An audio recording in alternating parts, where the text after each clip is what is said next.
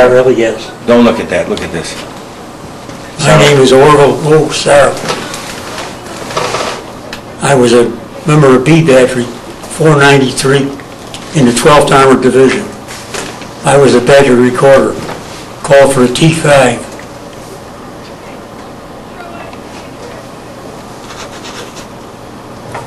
Orville, we're going to start by getting right into the story about Adolf Eichmann. Okay. So tell us about where you were and what you were doing and how it happened. We were near Ulm we were in the vicinity of Ulm in southern Bavaria. And the big thing was to get some guns, some pistols. We were all happy about capturing pistols, which we took from the German prisoners. So John Molesky and I went out scouting around, and we came to a little clump of trees, and we looked in there, and there were 5 people in there, all looking at our tanks going by. So we rousted them out and took what guns they had. One fellow was very neatly dressed and all that, and they were all kowtowing to him. So before we let him go, we made him open his pack, and we found a Walters 32 in there. Brand new, never used, never shot. So we knew he was a big shot. He had to be a major or above in the SS to have a gun like that.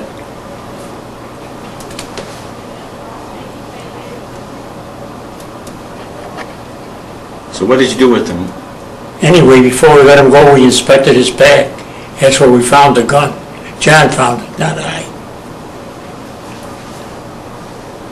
We took him and 2 other guys with him and 2 of the women, and we started back towards our CP, and they were collecting the prisoners as you brought them out, and that's where we let him go.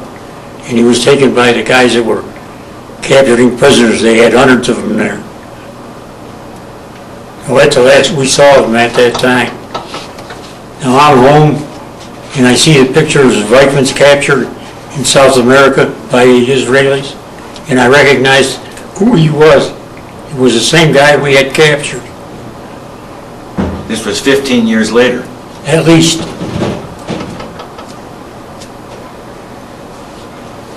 So, I think you're right about that. It was probably around 60. 1960, yeah. And this was 45 when we captured him.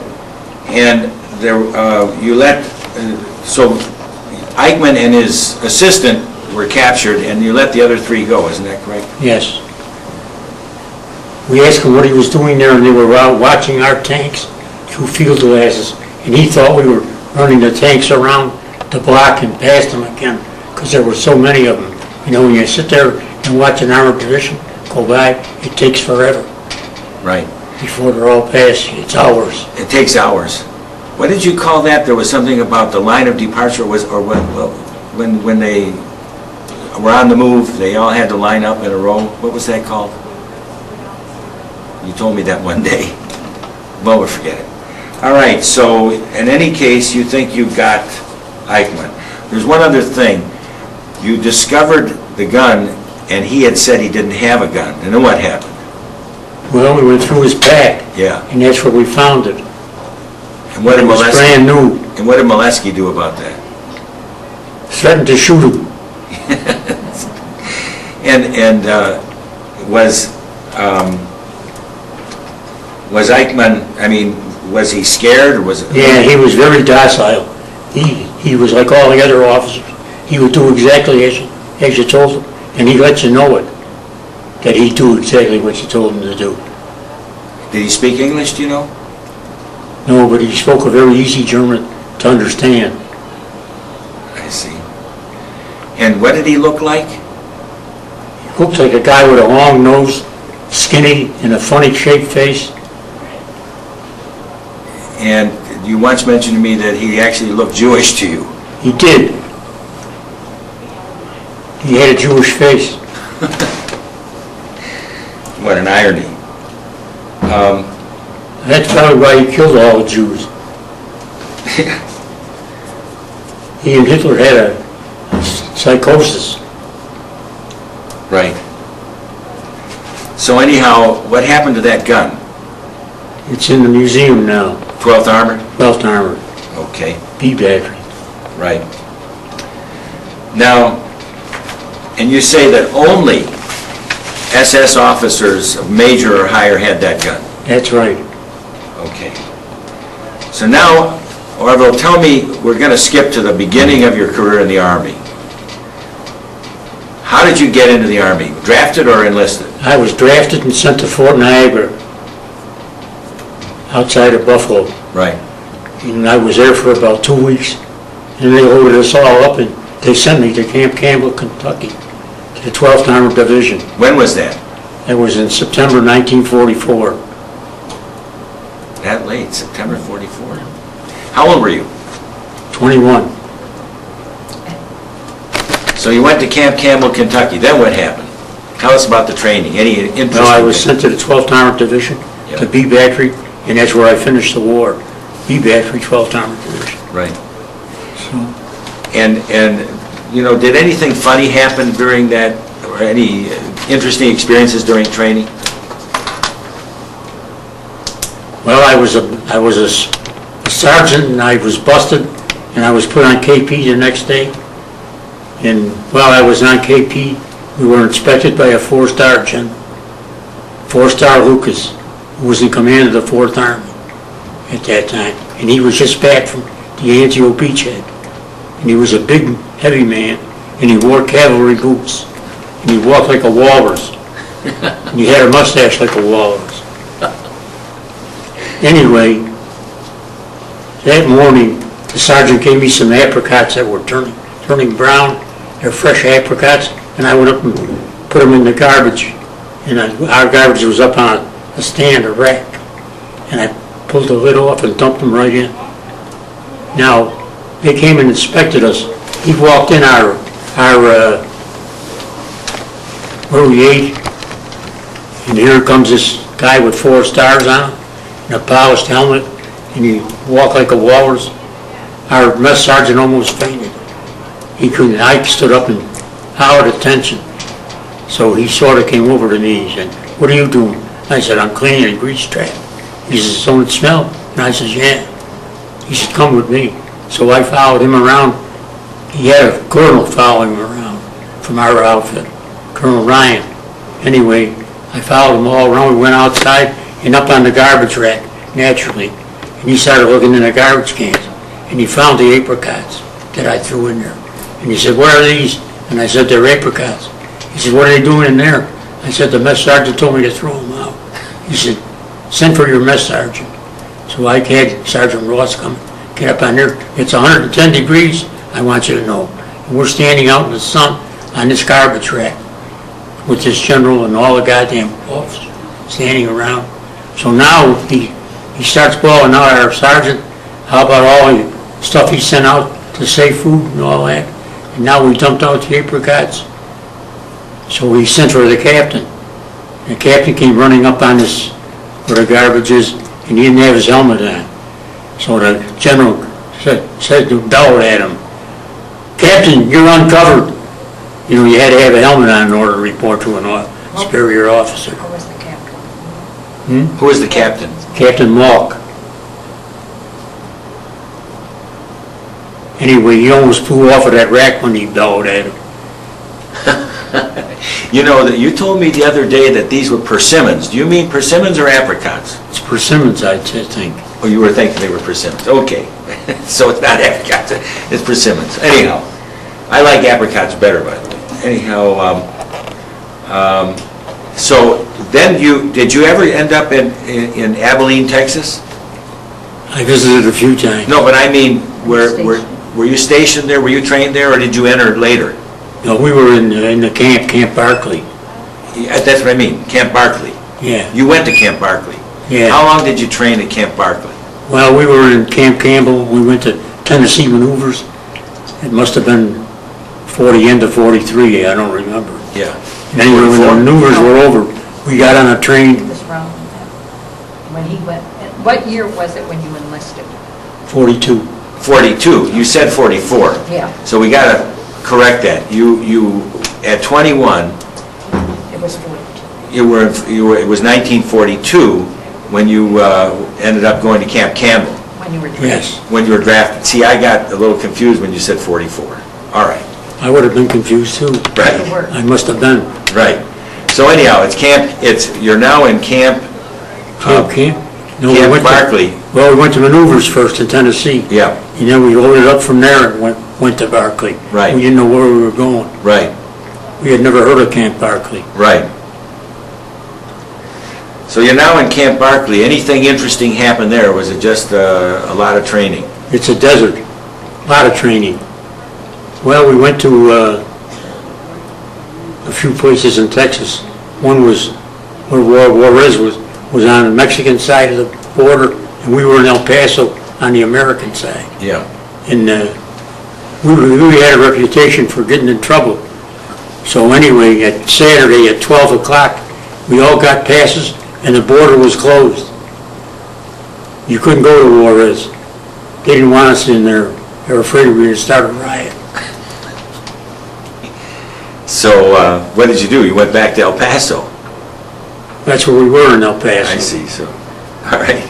So, but did you have a lot of fun while you were actually in camp at, It all depends on what you call fun.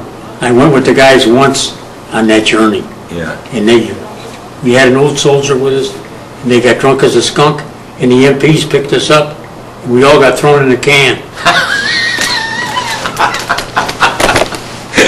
all right. So anyhow, you're finally trained, right? And then you went where in order to embark? We went to New Jersey. And was it Camp Shanks? Is that the place? It sounds good. All right, so that may be New York, but in any case, it's Camp Shanks, you think. And you embarked from Camp Shanks. What was the name of the boat? I was on the USS General Bliss. General Bliss. And what kind of a boat was it? It was a good ship. It was the flagship of the armada that we were in. Uh-huh. There were still U-boats out there at the time, so they were afraid they were shooting at us. So everything had to be quiet and all that. What was the approximate date of leaving New York? I think September 16th, 44. 44. Right. And so how long did it take to make the journey? Took us 11 days. You did a lot of zigzagging, you think? Yeah. And how was the food? I heard the food wasn't very good on the Empress. Well, everybody was seasick. It didn't matter. Couldn't eat anyway. How many men on the ship? Roughly? 1,100, it seems to me. Only 1,100? Yeah. That doesn't seem like a lot. And I understand you told me it was a clean ship. Yeah, it was very clean. Good. It was a Navy ship. Right. So then you went to England. Where did you land in England? Bristol. Bristol. And then where did you go? Tidworth Barracks. And where is that? And the Salisbury Plain, right in the middle of England. Right in the middle. And did you say that, were there any other soldiers in that camp? Well, 82nd Airborne had just gone. They jumped into France that same morning that we came in there. They jumped in September. Wonder what they were doing. Anyhow, so they jumped into France and you took over We took over their barracks. their barracks. How long were you there? Short time. I don't remember how long. Right.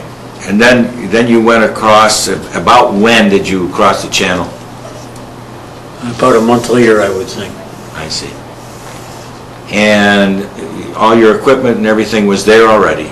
No, we brought it with us. You brought it with you? Yeah, our tanks, our M7s were right on the ships that crossed the channel. I see. And we all had our weapons with us and all that. And then where did you go when you got to France? Where did you land? We went to a little town by the name of AFA. Was that, did you We land? came into La Harre, You came into La Harre. You went to La Fe. AFA, AFA. And how long were you there? about a month. Oh, you were there a month. And then, what happened? Well, eventually we stayed there for that month, and there was the French underground and all that around there and everything, and crap happening around there, but we didn't do any actual fighting. They took some of them and had them fire at Cherbourg, some of our guns. Fired at Cherbourg, there were still Germans, I guess, in control of Cherbourg at the time. And there was an island out there where the Germans were on. Are we talking about those two islands in the Channel Islands? Yes, Yeah, they left them there for a long time. They didn't bother with them. The Channel Islands, Guernsey and Jersey. Right. But they were still in Cherbourg in September? Wow. So anyhow, then you guys eventually were sent where? we were sent to Nancy. That's Nancy. where we really joined the thing, yeah. Yeah. The fighting was very close there. We didn't really get into it till a little later in the Maginot Line at a place called Singling. Singling. Yeah, we were in Singling and out of Singling and back again. We fought over that goddamn little town 13 times, I think. Really? How long did it take to take it? Well, that was our introduction to the battle. We were green troops. We were committed. And we saw a lot of tanks knocked out by the Germans. The Germans did a thing there that we first saw it. They had a gun inside of a garage and they had an overhead door on it. I had never seen it, an overhead door at that time. So what they do is they're in there and they're quiet and our tanks come up and they're on mud. They can't maneuver very easily. And they throw the garage door up and they knock out the tank, first tank and the second tank. They got an 88 in there. And so they had a whole goddamn string of our tanks all knocked out with the guys still in them and everything. Wow. So at that time, I first saw, the first thing I saw, a guy cut a guy's finger off to get his ring. So anyhow, this was in Singling on the Maginot Line, and eventually, after Singling, what happened? Was that around Christmas time, by the way? When was that? Late November? Would have been around Thanksgiving time, yeah. And then what did you do after, between Thanksgiving and Christmas? I can't remember. Okay, but Herrlisheim started It wasn't until January. January, so you don't remember exactly what happened in there. No. Okay, but anyhow, Herrlisheim. Start with, what happened to you at Herrlisheim? You're out. I was at a town called Bischweiler, and we were firing into Herrlisheim. I was on the French side of the Rhine River, and Herrlisheim was on the other side. No, It was up. it was close, but it's still France. Herrlisheim was still France. And you were firing from where? Bischweiler. Bischweiler. How far was that from Herrlisheim? About 3,000 yards. And did you receive any fire? Well, Alsace-Andy was firing interdiction fire on the crossroads all the time we were there. What was Alsace-Andy? Alsace-Andy was a big gun on the other side of the Rhine River, maybe 20 miles away, and they used to fire at us. They were inside of a railroad bridge. They used to move the gun out and fire and move it back in again. You mean a railroad tunnel? Yeah, because our planes were looking for it all the time. Right. So this gun was in the railroad tunnel, and they pull it out and fire one shell, or how many? One at a time. One at a time. Then they go back in again. Yeah. Well, our planes were looking for it all the time and couldn't find it. That's why they couldn't find it, Right. because they were hiding it all the time. And Eddie, did you use your artillery on, what were you doing with? We were supporting our troops up in Herrlisheim. We had all, and the first night I remember, we had all things set up so that when they called for fire up there, we were automatically gonna fire pre-described type of shells and all that. Yeah. And we had got the message that we fired that night, maybe 2 o'clock in the morning. So, did you also tried to support the men in the Steinwald Woods, didn't you? Well, we were fighting for the Steinwald Woods at the same time. Right. And A battery, which was one of our batteries, got pinned down under. And the Florida Observer radio worked, and he kept on calling back. They were getting him. He was in a position where the ground protected him, sort of. They kept on firing at Do him. you know his name? Foster, What Sam was it? Foster. Sam Foster. Eventually, they killed him. And he was calling for help, or was He was calling for fire. Fire. But this Steinwald forest, you have to understand, they replanted the forests in this part of the world. And they got tall trees, and they're dug in way down at the bottom. So when we fired, the shells hit the trees up high, it never bothered the guys down there.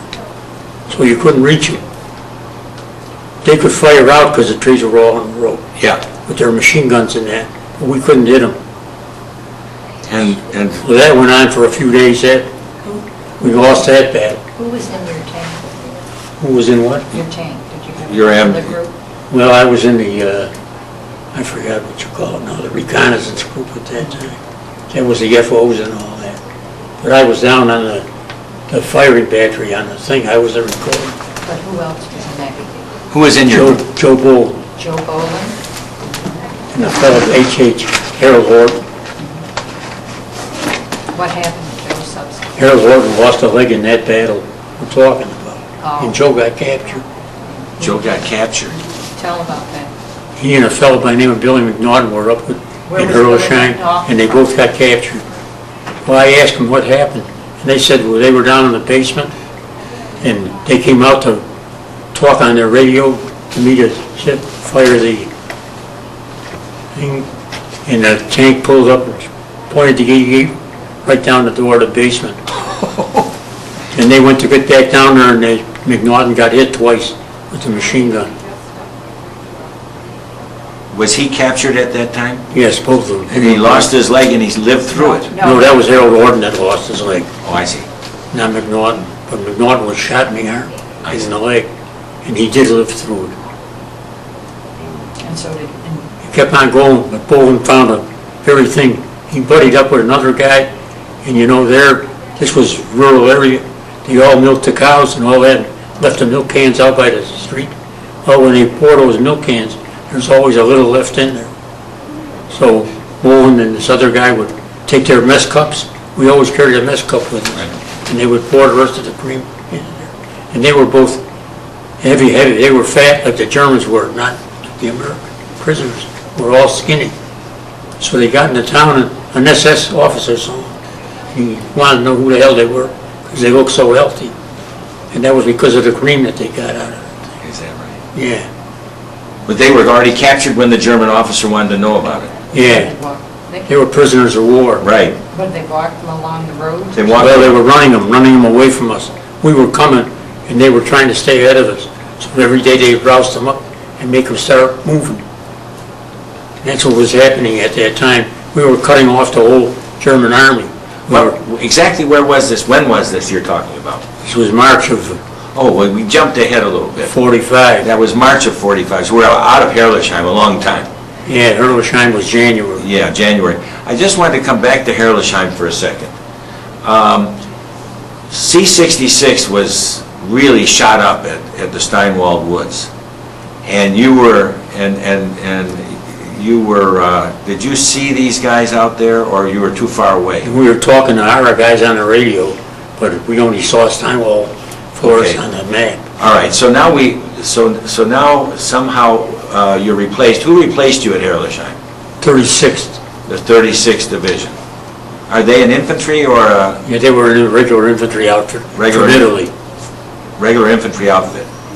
All right, so the 36th replaced you, and you guys then, this is in the late January, and you go down to Colmar, right? So anything you want to say about Colmar, that campaign, Colmar Pocket? We were with the 28th, the Buddy Bucket from Pennsylvania, and I had two buddies in there. So I went looking for them when I got the thing, and I didn't find them. When I got back to my own battery, they were waiting there for me. What were their names? What were their names?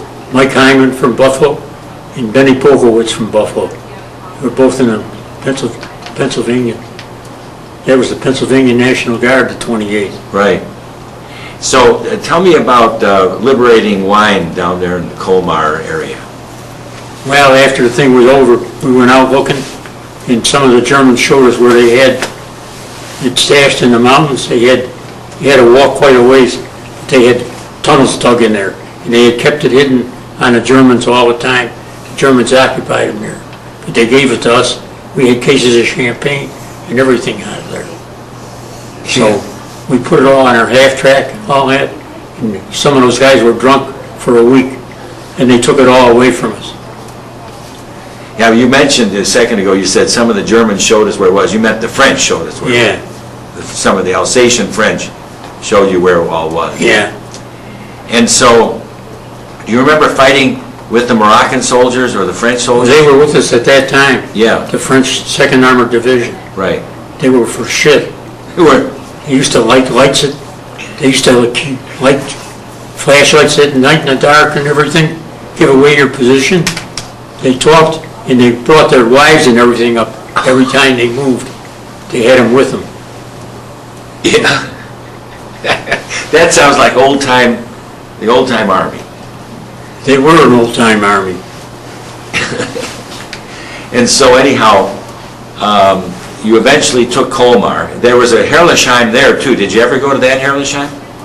There's a Herrlisheim south in Colmar. So anyhow, That was the 28th really took that. We passed Scoom in the morning with our tanks. They already had the town captured. that town, okay. And did you take the town of Colmar itself? That was it. When we woke up that morning, we passed through, we went by the 28th. They were already guarding the entrance to Colmar. I see. Okay.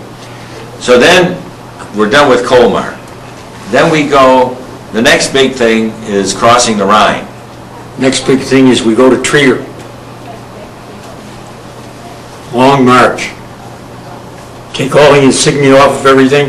We became the mystery division.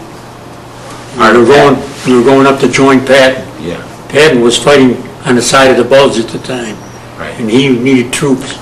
So they sent the whole 12th up there to him. We marched 116 miles. 116 miles. Yeah, we had cat eyes on. You couldn't see. We were on the side of mountains and everything. How long did it take? All night. We maybe went 12 hours. From 8 one evening until 8 the next morning before we got there. And then, that's roughly, I happen to know, it's roughly March 24th, March 25th. March 16th, I think. March 16th. Yeah. Then what happened? Well, at that time, we joined Patton's army. We were at a town called Trier, and we made the march to the Rhine. We started going, and we kept on going. We went through, cut off all kind of German prisoners and everything, all the way to the Rhine River. And before we got there, we heard they had captured a bridge across the Rhine at Remagen. But we didn't go there. We went to Worms. Worms, yeah, on the Rhine. And did you have to make a bridge there, or was there a bridge there? No, the bridge was out there. Our engineers built one. And a couple of days later, we crossed over it. Right. So now you're on the other side of the Rhine, and I'm guessing it's roughly March 25th or something like that. Did you go through Speyer? Does that name ring a bell? You No. did. You missed that town. I don't know. Okay. Now, so you're on the other side of the Rhine. Then what happens? Well, we didn't meet any opposition there. We went on, we started going through towns, and they all had sheets in their windows. The Burgermeister was surrendering the town before we even got there. And so you were going across Germany pretty fast. Yeah, we were. We were stopping to capture a lot of prisoners. We had prisoners, and the whole German army was trying to get through us and get back home. And you said something about you let them pass through you. Why would you do a thing like that? We didn't have anything to do with them. What the hell did we need them for? But weren't you afraid? They were running away from the front. They were Gefangers, they used to call them. Gefangenen, prisoners. prisoners, yeah. Yeah. So what were we gonna do with them? We couldn't stop and take care of them. Right. We wanted to give them to the, he started talking about who was gonna be the government there. Yeah. So we were looking for the troops that were gonna be the government. We were gonna give the prisoners to them. Right. We weren't gonna take care of them. So you were starting to move pretty fast across Germany, leaving the prisoners behind, and I saw pictures, they were sort of walking down the highway while you're driving past. Yeah, That was the kind of scene you were talking about. yeah. So how fast did you go? Well, we could only go maybe 15 miles an hour. And how many hours a day? We went all day. At that time, we were moving night and day. We were heading towards southern Germany. Night and day. So how many days did it take you to fight your way across Germany and drive across Germany? I would think 3 days is all. 3 days? At that time, from the Rhine River to where we wound up, it only took about 3 days. Those countries are a lot smaller than the U.S., as you know. Yeah. Were you on the Autobahn? Yeah, we went on the Autobahn. I see.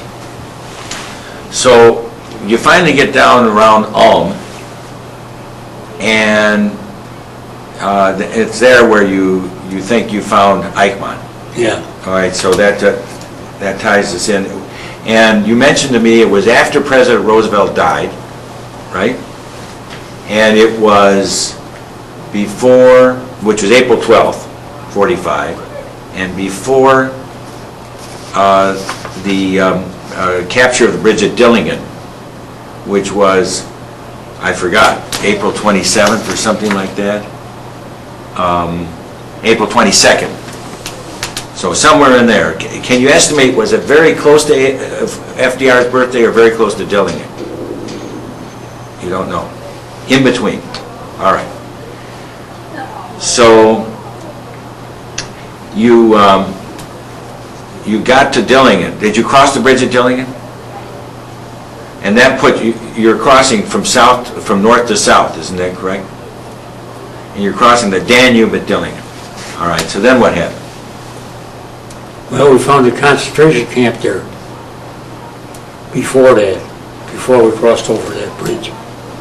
Oh, what was the concentration camp? Was that Landsberg? Landsberg. That was Landsberg. And what did you see there, Landsberg? Well, we jumped off our vehicle and ran back in. It was smoking. It started them on fire. And we found 13 Jews alive from Hungary. They were only 18 years old. They hadn't been taken till they were 17. And they were only there a year. But they all had scars on their shins from getting kicked. So you found 17 boys alive. Hungarian. 17 people alive. Some of them were guards, Russians that were guards and that. But most of them were Jews that had been there a year, Right. young kids. Did you see, had the Germans killed anybody recently, or were they just... They killed them all as they were leaving. They shot them all in the back of the head and laid them out by the tracks. What about in the railroad cars? Did you see anything? There were nobody in the cars. They were too weak to get in. So they were near the cars? They were laid out at the railroad, at the tracks. How many did you see there, roughly? Maybe 300. Just murdered there? Yeah. Well, they murdered them as they were going away. You ever catch up with those guys? No. Never had the chance. Had you been aware that this was going on? Not until then. Not until then. Did you go to any other camps around there? There were some around there, but we never got to them. Yeah. We got chased out of that one. Our medical officer from the battalion came in and ordered us all out. There was some kind of disease you could catch in there. Like typhus? Typhus, yeah. Right. So anyhow, you proceeded from there. Where were you when the war ended? Or is there anything that you forgot to mention? Garmisch-Partenkirchen. Where? Garmisch-Partenkirchen. for the Olympics. Yes. You went to Garmisch. Foothills of the Alp Mountains. Yeah. The Alps started right there. And that's where you ended up. And then, is there anything you'd like to mention about, I interrupted you about these fellas these prisoners who were drinking milk along the way in March. Any other incidents like that? Well, maybe we'll get to that when we talk about the pictures.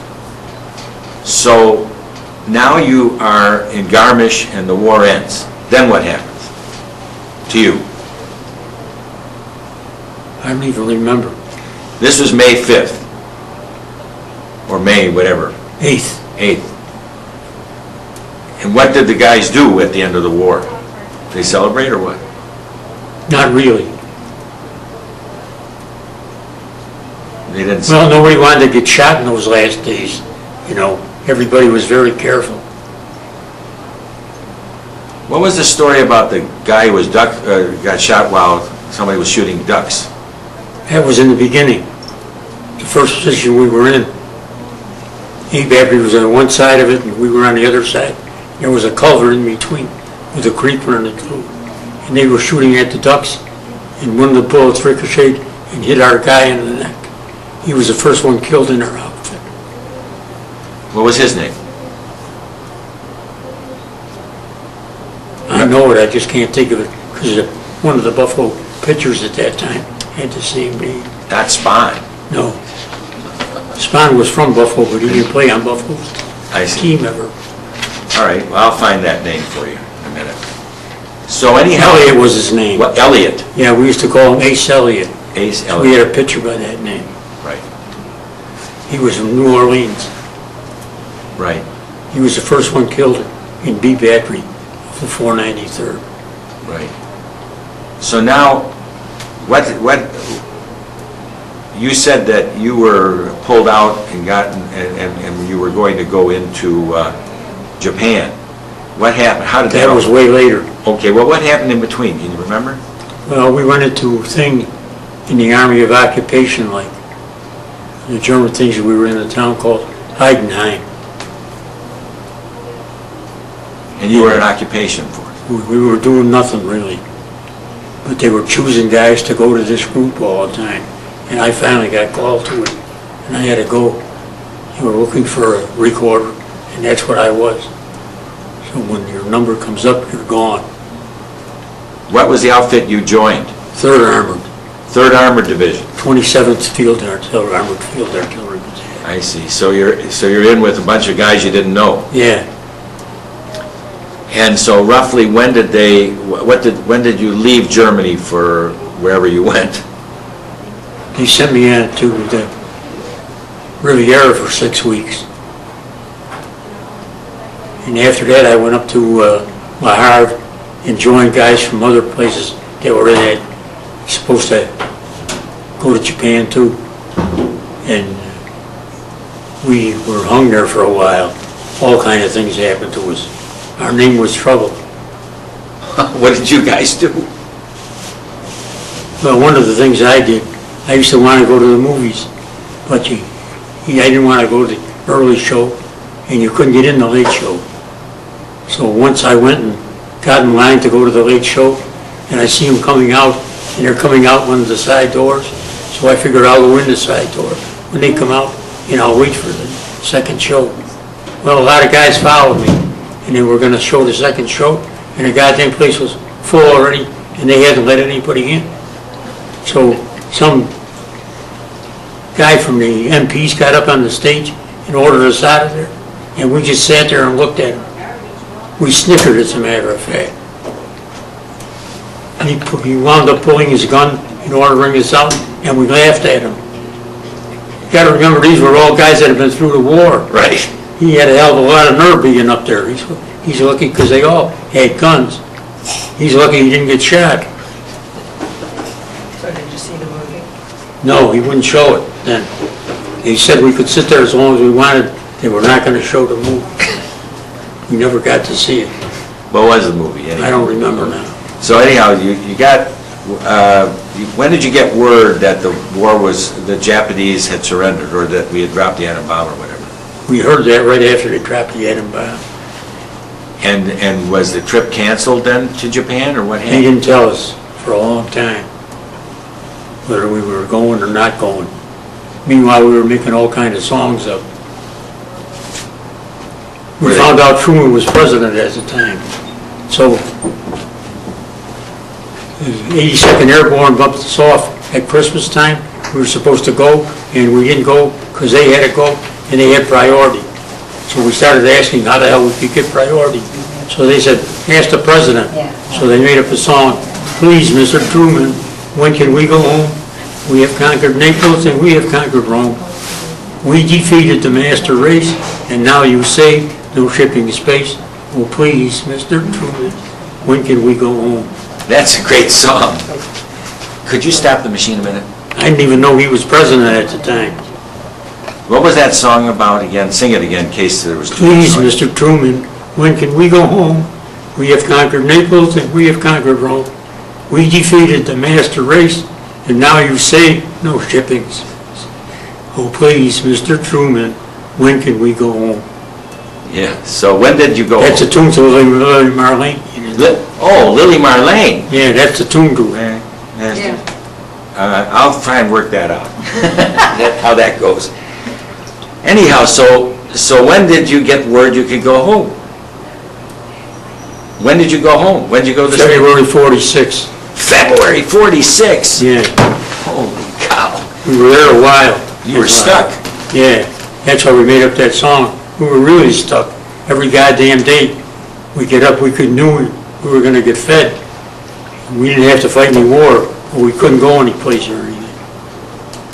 Right. But anyhow, you didn't have to invade Japan, No, which was good. So anyhow, you left in February. You remember the ship you went home on? no, it was one of those Liberty ships, Liberty ships, yeah. So where did you land? New York. Did you see the Statue of Liberty? Yes, How did it feel? it was great to be back home and be alive.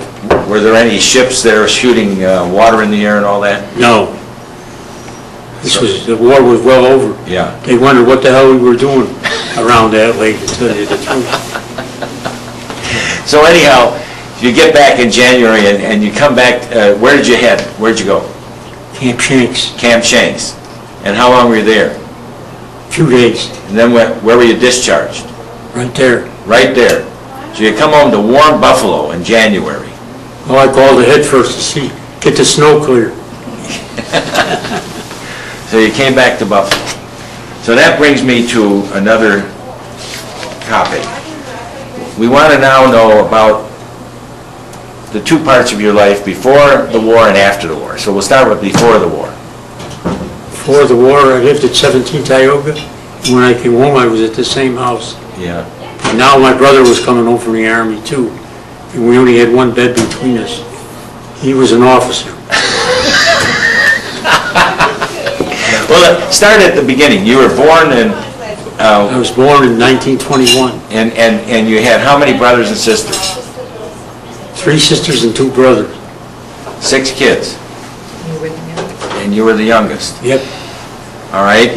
So where did you go to school in Buffalo? 53 in Maston Park. I see.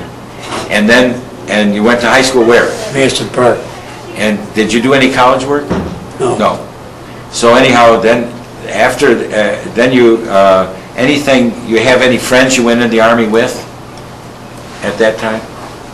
When you enlisted, when you... Well, it's McNaughton from Buffalo, I knew. And he was drafted at the same time I was. I see. We both went to the 12th. Oh, he went to the 12th as well. Is he still around? No, he's dead. He's dead now. So anyhow, that's your, sort of the outline before the war. Then after the war, when did you get married? 1951. 51. And were you in business before that, or what did you do before that? No, we opened up the business after I married her. She was my partner. And what is your business, so everybody knows? Appliance business. Appliance business. What's the name? Orville's. Orville's. Okay. So anyhow, You didn't know that? So anyhow, you had, and how long did you run that business? Well, it's still going now. Yeah, My son is running it. right. How many kids did you have? 4. 1 boy and 3 girls. All right, the boy is named what? David, And he runs the business. right. And then you have 3 daughters. So who was born first? Jan, she's in England, in London. She lives in London. She have children? 5. 5? Okay, and, Religious. pardon? She's very religious. And she's religious. You know, we never made clear, what religion were you born into? Jewish. You were Jewish. What, did you have, did you feel as though you were Jewish when you were growing up? No, Not really. You were more assimilated, right? I definitely was. You were assimilated. Yeah. But when you, but your daughter became a religious person. Then what about your other 2 daughters? One is in Sacramento, California, and the other one is around the corner from us. Right. And are do these girls have children? Yes, How many grandchildren? 2. Each? Yes, You have 9 grandchildren. 11. David 11. has 2. Huh? David. David has 2, right. 11. Well, that's a lot. Okay. Anything else you want to say about your family? And then, by the way, we never introduced, you might show Ann over there. This is Orville's wife, Ann. The Or partner. the part- That's the first The first time? he's ever said I was his partner. Well, you were his partner because because you wrote joint tax returns. No, well, I truly was his partner. I mean, I was there. You were there. Okay, that's great. We did it together. You did it together. Well, it's a very nice store. Yes. I'm going to make a business to shop there. No. I haven't ever... You'll be a very wise shop. You joined the top 2% of the people in Erie County that were smart enough to buy from me. Okay. It was very hard to buy from me when I had it. No, I was not nice. No. You were not nice? No, He was a tough, he was called Orville the Price Cutter, and that was his intent, to give the lowest price possible. And he did, knowingly, he certainly always tried to, but he was tough. I mean, he kept expenses down, and the work was on our backs, you know, I mean, Yeah. he drained every ounce out of ourselves, and that he was and is a very honest person. He has integrity, and there's much, and a hard working man. And but he would not permit anybody, our children or customers, to lie to him. So he was a tough taskmaster at home. I don't know if you ever shopped for appliances, but you know, the big thing was you were all full of crap all the time, just like a car dealer. But I wasn't like that, No, he was- and I didn't let you treat me like that. Right. Well, that's great. You had a total liner, I threw you out. You were an army man. Let's face it. Listen, Orville, I've got some pictures that Ann brought over. Could you just sort of talk about these guys? I don't think we can reproduce this on film, but just sort of go through these one at a time. And This was the original 493rd. These guys, that was taken. can you remember the First names? there. Camp See if you can A give lot of them. name some names there. This Orville. is Hanson. He's from Detroit. And the guy by the name of Cheatham, he was a southerner, I don't know where from. And this is Kosubski. He's from Buffalo. Kasubski. Yeah. I know that name. Good. Thaddeus. Teddy. Teddy Kasubski. Yeah. Keep going. Keep going. Keep going. I see one guy here is Kendall. He was from California. And I'm the next one. And this is Melroy Ferran. He became an officer. And he was back here. Ann met him at the reunions. He was from Wisconsin, Tomahawk, Wisconsin. He showed me how to kill a deer. While the war was on one morning, well, the night before they had given us deer steaks to eat. And I was crazy. The meat was so good. Fresh meat, you know. The next morning I got up and I started chasing the deer. They have little deer there, Yeah. and the forests are all reforested. So I'm chasing them, and I'm shooting into the group of deer with my carbine, and I hit it in the ass, and they fall down, and they get up again, keep on running. So he came along and said to me, "That isn't what you do," he says. "You gotta hit him right in the shoulder, right hard, or the head," he said.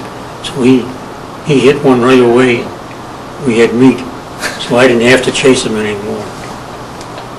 But he was from Tomahawk, and Yeah. he hunted deer around his house all the time. Right. So he knew all about it. I was a city boy. Right. I didn't know how to hunt deer. Right. Who else? This is Lipinski. Lipinski. Yeah. He used to faint every time he got a shot. He'd fall on a guy that was behind. I mean- So he fell on me one day. Because he got a He got a shot and he fainted. He- He was a tall guy too, big man. An injection. She knew him, she Yeah. met him after. Here's the picture. Maybe you can zoom in on that picture of these guys.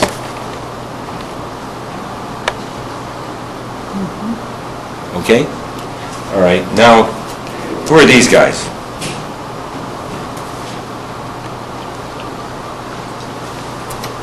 Well, this guy's name is Baker, and he was from Detroit too. This guy is Duffy, he was from New York City. And this guy is Louis, I forgot his last name. He's from South Carolina. When was this picture taken? You're over It looks like it's right after the war. right after the war. Yeah, it looks like that's the Brenner Pass there. It is. It is a Brenner. There's a sign Brenner. Who are these two guys? Me and a guy by the name of Joseph Ann. That's me. On the Riviera, I might. Yeah, After the war. yeah. Looking like you're having a good time there. Okay. Well, we had money, And is this you? yes. This is Orville and the Riviera.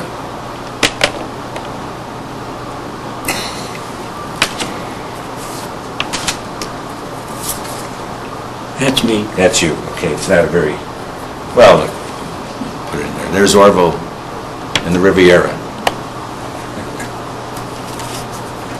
There's some duplicates here. This is the Arc de Triomphe. You were in Paris. All right, I'm going to get pictures of you, of your equipment now. Tell me about this thing. What It's is an it? M7. An M7. That's a 105 we're touching. That's me and the McNaughton, the guy that was captured. So this is Orville and McNaughton next to their 105. Right. Wait a minute.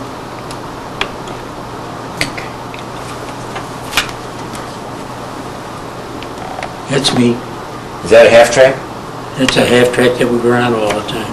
This is his half-track. That's a field jacket liner that I got home and we lost somehow. I don't know how. Field jacket liner, okay. I think we That's in the middle of the war that was taken. That's in the middle of the war. Right. What about this one? It's me and Peffer and the war is over. That was my best friend, Peffer. That's why Pef I Bolheim. used to sleep. That's where we were first after the war. Pef Bolheim and Orville. All right. What the heck are you doing there, for goodness sake? That's not me. Is that you? That's McNaughton. He's on top of the gun. There's McNaughton on top of the gun. Is the 105? Tell me about compare the 105 range to a 88. Where 105 is a howitzer and the 88 is a rifle. Yeah, So they're different. they're different. Yeah, the 88 fired flat trajectory and came in an instant. The 105 booped in and it took time. Right. And who are these guys? This is hard. There's some names on the back.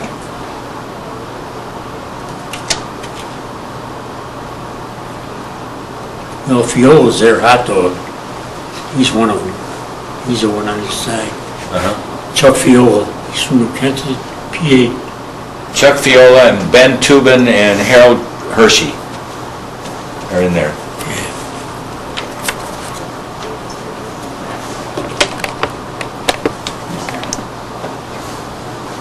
Okay. And this is That's me and Peffer. This is you and Peffer, all right? Where was that? Camp Campbell or something? No, Barclay, This is at Barclay, yeah. Camp Barclay.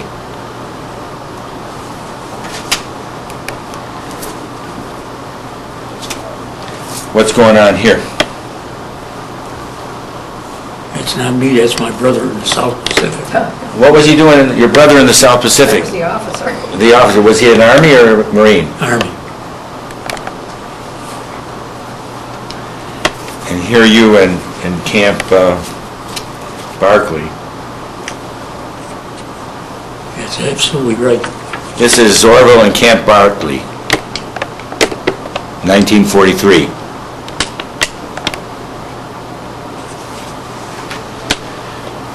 There's Tannhausen or something like that in Germany after the war.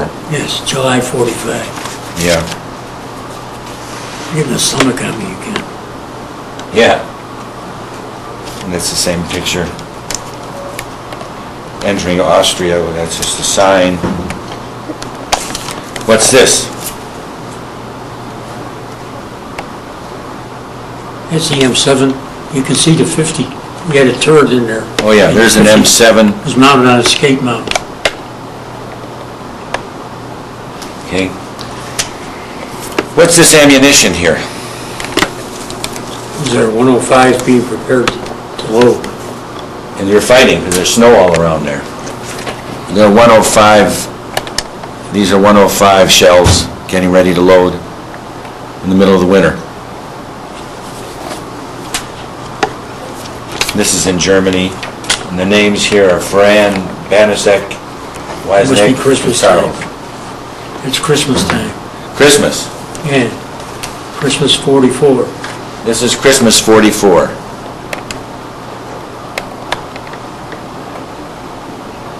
And the names are, the first one they don't know, left to right, Ferran, Banasek, Wisnik, and Sarles. This is the Camp Barclay. What is this volcano, or what is this thing here? No, looks like a volcano. Could it be your brother's picture? I don't know. Okay.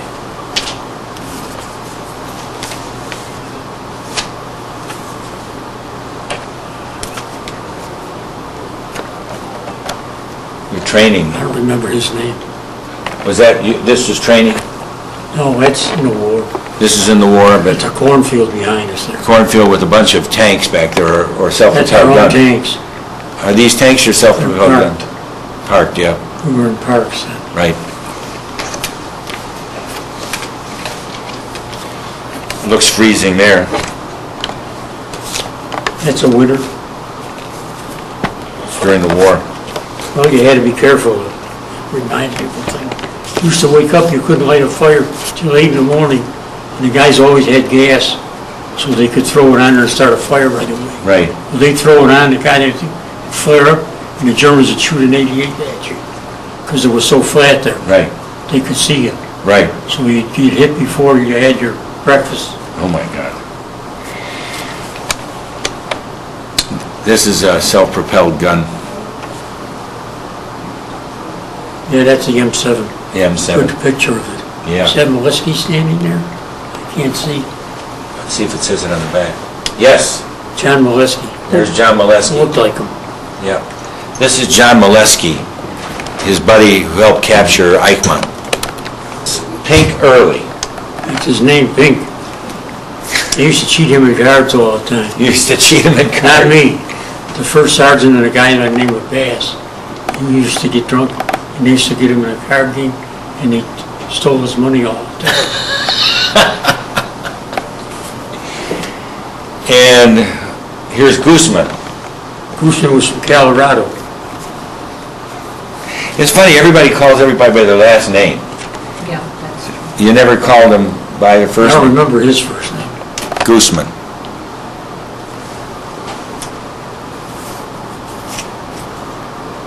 Where are you here?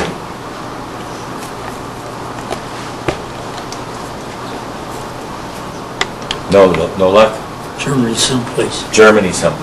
Yeah, And this is you, I think. I don't know, is that you? yes. Yeah. All right. Where's this?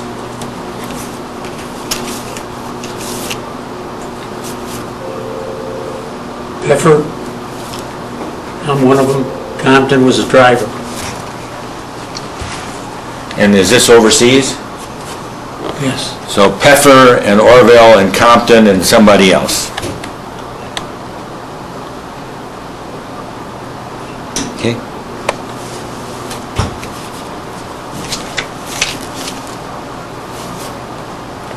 This is Kittner. Any stories about Kittner? And I remember. None that you remember right now. Okay. Waits and Kosupski. Is Kosupski the Buffalonian? Funny story about him. He got drunk after we were down at Camp Campbell, and he wound up in North Tonawanda. He don't remember a thing. Just like that. We were in Camp Campbell at the time. And you couldn't even find your way up here if you were sober. He was drunk and he wound up in North Tonawanda. So what happened? He got home, he wanted to get home to his wife. Kosupski. I know Now, of this guy Kosupski. is from Detroit too. Callahan. He's a lace curtain Irishman. This is Callahan from Detroit.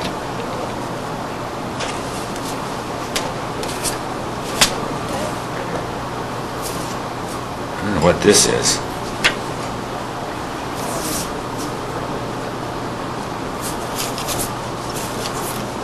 We're getting ready to go overseas. I They're see. cleaning up stuff. I see. Well, that's an interesting Putting picture. Cosmoline. Putting Cosmoline on the weapons, getting ready to go overseas. What is this miserable little tank? It's a light tank, isn't it?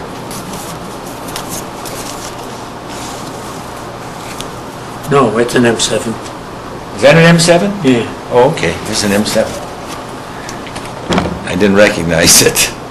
Well, you just look for that thing where the machine gun The round thing? go around it. Yeah, I saw Right, that, yeah. I saw that. It's a skate jump. Yep. What's this baby carriage doing here? It's just one of the guys in Abilene. He evidently had a family. I don't know, maybe. I don't even remember who he was. Who is this guy with the gun? You look pretty tough in that picture. That's my gun. know. That's a carbine. Yeah. Is that you? Yes. This is Orville, ready for bear, except that it's in Abilene.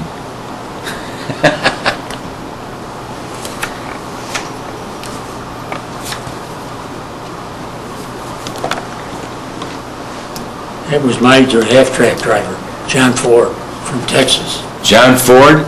Ford, F-O-R-E. John Ford. John Ford from Texas. No good? Over this way. There. John Ford from Texas. His half-track driver. driver. Half-track driver. He tried to teach me how to drive it. I was never too good. He's in Germany.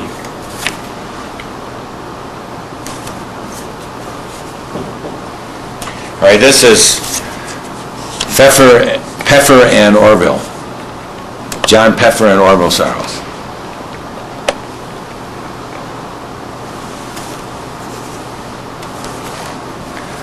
But this guy is drinking something in Germany. I don't know what it was.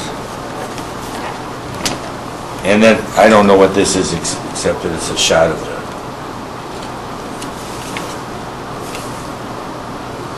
your M7.